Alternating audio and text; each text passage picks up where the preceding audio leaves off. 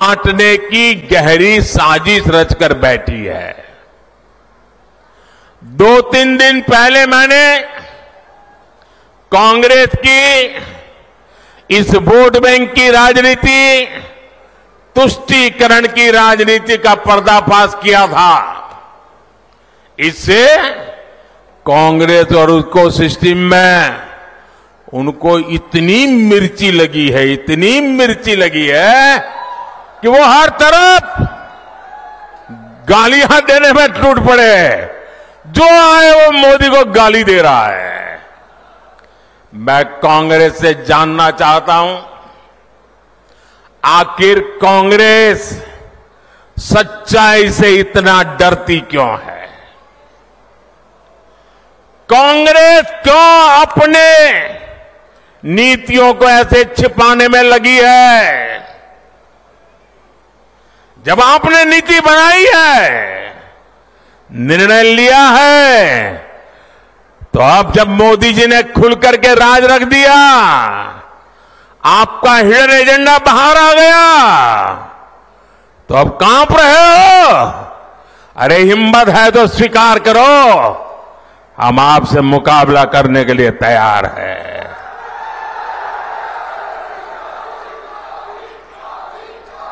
मैं ये बात देश को साफ साफ बताना चाहता हूं कि कांग्रेस वोट बैंक पॉलिटिक्स के दलदल में इतना धंसी हुई है कि उसे बाबा साहब के संविधान की भी परवाह नहीं है।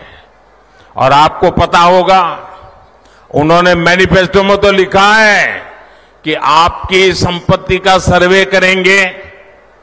हमारी माताओं बहनों के पास जो स्त्री धन होता है, जो मंगलसूत्र होता है, उसका सर्वे करेंगे।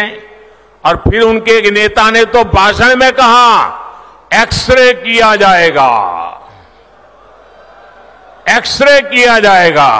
मतलब आपके घर में अगर बाजरे के अंदर डिब्बे में भी कुछ रखा है तो वो भी एक्सरे करके खोजा जाएगा। दीवार में कहीं रखा है तो उसको भी एक्सरे करके खोजा जाएगा। पूरा एक्सरे करने वाले की घोषणा की है और उनके नेता ने पब्लिकली कहा है।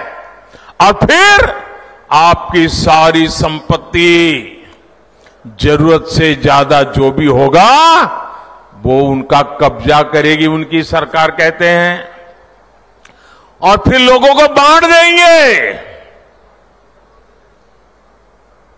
अगर आपके पास 2 घर है, यहां गांव में घर है, और बच्चों के लिए आपने जयपुर जोधपुर में अगर एक छोटा फ्लैट ले लिया है, तो एक्सरे करेंगे कि भाई 2 घर है, एक वापस दो, सरकार को दे दो। बताइए, आपको मंजूर है क्या? ये मंजूर है क्या? क्या स्त्री धन पर हाथ लगा सकते हैं क्या? क्या मंगलसूत्र पर हाथ लगा सकते हैं क्या? ये पंजे की ये ताकत? भाइयों बहनों, राजस्थान में से एक भी पंजा बचना नहीं चाहिए भाइयों।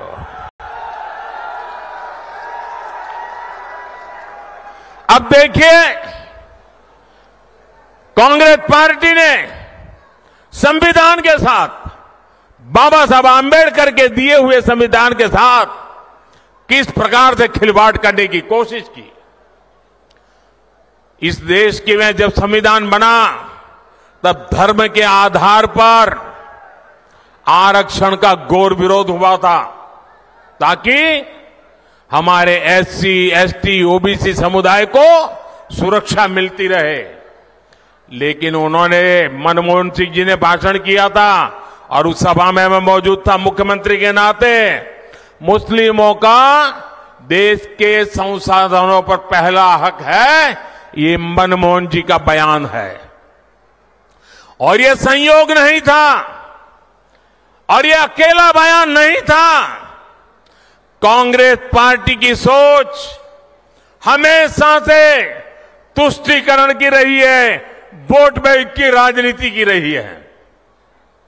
2004 में जैसे ही कांग्रेस की केंद्र में सरकार बनी, उसके सबसे पहले किए गए कामों में था, सबसे पहला काम था चुनाव जीतने के बाद आंध्र प्रदेश में SC ST के रिजर्वेशन में से कमी करके मुसलमानों को रिजर्वेशन देने का प्रयास।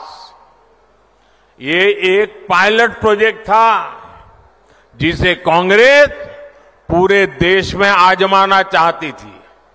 2004 से 2010 के बीच कांग्रेस ने 4 बार आंध्र प्रदेश में मुस्लिम रिजर्वेशन लागू करने की कोशिश की, लेकिन कानूनी अड़चनों की वजह से सुप्रीम कोर्ट की जागरूकता के कारण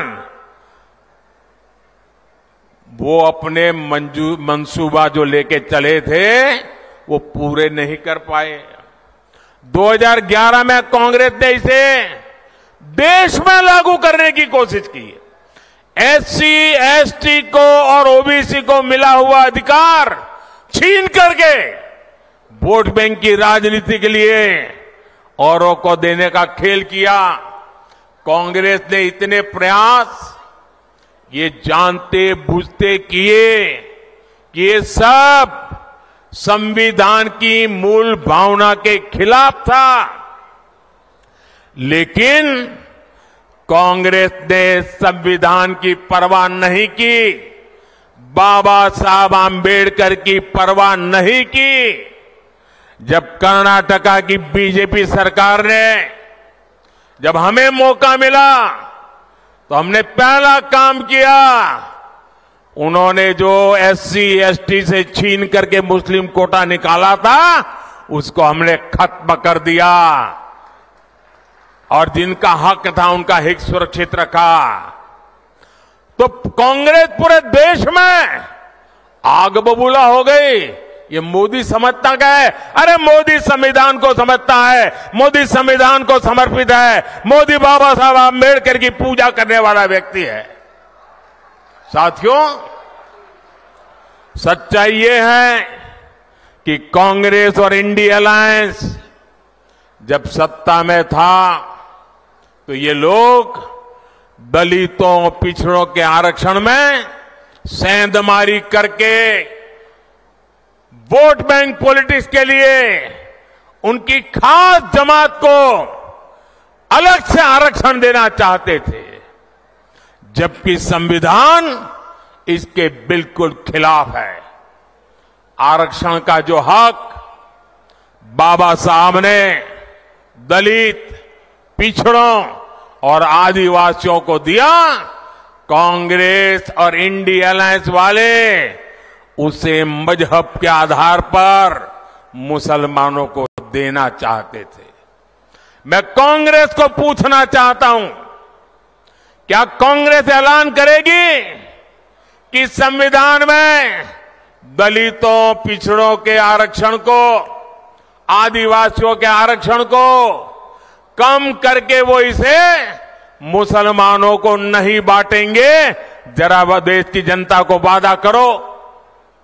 कांग्रेसी जहां भी आए, आपको मोहल्ले में आ जाए, आपके घर में मिलने आ जाए, जरा खड़े रख करके पूछो, कर्नाटका, आंध्र जैसे राज्यों में इन्होंने आरक्षण को मजहब के आधार पर बांटने का खेल क्यों शुरू किया था? साथियों, कांग्रेस की इन साजिशों के बीच मोदी आज आपको खुले मन से गारंटी दे रहा है, दलितों, पिछड़ों और आदिवासियों का आरक्षण न खत्म होगा। ये मोदी की गारंटी है। आरक्षण न खत्म होगा और न ही उसे धर्म के नाम पर बांटने दिया जाएगा। ये मोदी की गारंटी है। 2020 में आरक्षण की संवैधानिक समय सीमा खत्म हो रही थी और उस समय आपने मोदी को सेवा के लिए बिठाया हुआ था। ये मोदी है जिसने दलितों आदिवासियों का आरक्षण और 10 साल के लिए बढ़ा दिया था। साथियों, कांग्रेस कभी भी विकास के मुद्दे पर चुनाव नहीं लड़ती। कांग्रेस पार्टी ने इतने दशकों तक आपको पीने के साफ पानी जैसी जरूरत तक से वंचित रखा। बीजेपी सरकार ने हर घर जल पहुंचाने के लिए जल जीवन मिशन शुरू किया, लेकिन राजस्थान में कांग्रेस सरकार ने उसमें भी हजारों करोड़ रुपए का भ्रष्टाचार कर दिया।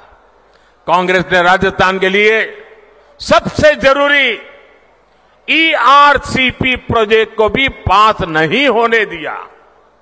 ये भाजपा सरकार ने, हमारे भजनलाल जी की मेहनत ने 3 महीने के अंदर ही ERCP परियोजना को पास कर दिया। ERCP का बहुत बड़ा लाभ टोंक सवाई माधोपुर को मिलने वाला है। इसका बड़ा लाभ यहां के किसानों को होगा। यहां सवाई माधोपुर टोंक जिले में PM किसान सम्मान निधि के करीब 1100 करोड़ रुपए सीधे ट्रांसफर किए गए हैं। राजस्थान में गेहूं का समर्थन मूल्य भी बढ़ाया गया है। साथियों, कांग्रेस को आधुनिक इंफ्रास्ट्रक्चर के निर्माण से भी एलर्जी है। ये बीजेपी है आज पूरे देश में आधुनिक इंफ्रास्ट्रक्चर बना रही है। देश का सबसे बड़ा दिल्ली मुंबई एक्सप्रेसवे सवाई माधोपुर से होकर के गुजर रहा है। सरकार ने जयपुर सवाई माधोपुर रेलवे लाइन के दोहरीकरण की मंजूरी भी दे दी है। हमने दौसा गंगापुर सिटी से जुड़ी हुई रेलवे लाइन का दशकों से लंबित काम भी पूरा किया है। इस क्षेत्र में इलाज की बेहतर सुविधाओं के लिए एक मेडिकल कॉलेज भी बनाकर तैयार हो रहा है। साथियों, 24 के 20 चुनाव में राजस्थान में ये मेरी आखिरी सभा है।